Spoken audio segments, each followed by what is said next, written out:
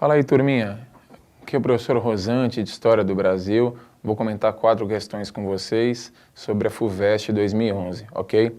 A primeira questão que nós iremos fazer o comentário é a de número 52, que trazia um textinho, tá, sobre a história da América e o primeiro contato entre europeus e nativos da América.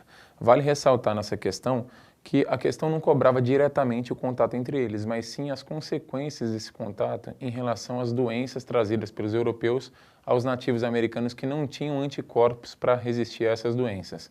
Vale também ressaltar que os povos nativos da América não sofreram só com as doenças, mas também com fome, com contato com a igreja e com as lutas armadas realizadas com os povos europeus, tá?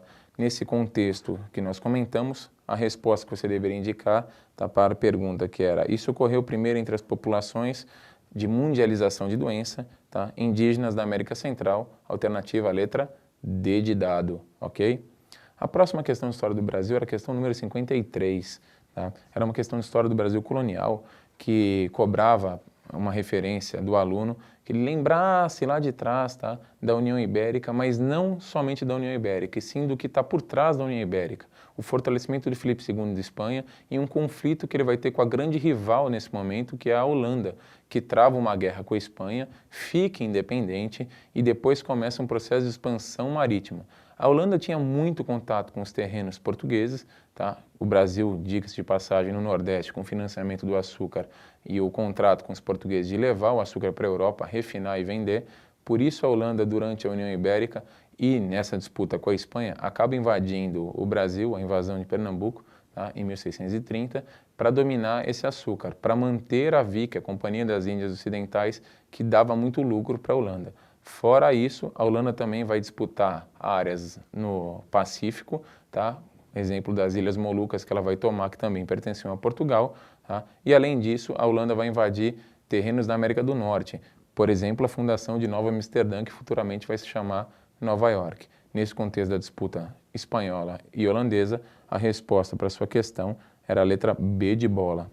A próxima questão é a questão número 54, que também falava de história do Brasil colonial e que trazia um texto muito simplista, de certa forma, se o aluno conseguisse lembrar do período colonial da sociedade na época do engenho, que era uma sociedade dividida basicamente em 2 camadas, de senhores e do resto da população. Um resto da população que englobava escravos, trabalhadores livres, pequenos proprietários e que na macroestrutura social acabavam não alterando a relação de poder entre senhores e o resto da população. Então, sua resposta deveria ser a letra I, ok? A organização em 2 classes sem a divisão ou sem a alteração de uma simplicidade da estrutura socioeconômica. A última questão da história do Brasil a ser comentada é a questão número 57, que trazia um pedaço da obra do Aloysio de Azevedo, Curtiço, e que traz, na verdade, para o aluno uma referência a um momento onde, pós a abolição dos escravos, tá, pós fim do Império, você tem uma sociedade se remodelando, uma sociedade cheia de imigrantes, com ex-escravos e com poder público agindo para modernizar o país. E nesse processo de modernização, tinha que ser extinto o cortiço, aquela imagem que enfeiava as grandes cidades, principalmente o Rio de Janeiro. Vale lembrar que futuramente você vai ter um conflito, a revolta da vacina, que se inicia por culpa da reforma feita na cidade do Rio de Janeiro pelo prefeito Pereira Passo e o saneamento que é feito na cidade. Neste contexto, sua resposta deveria ser a letra A.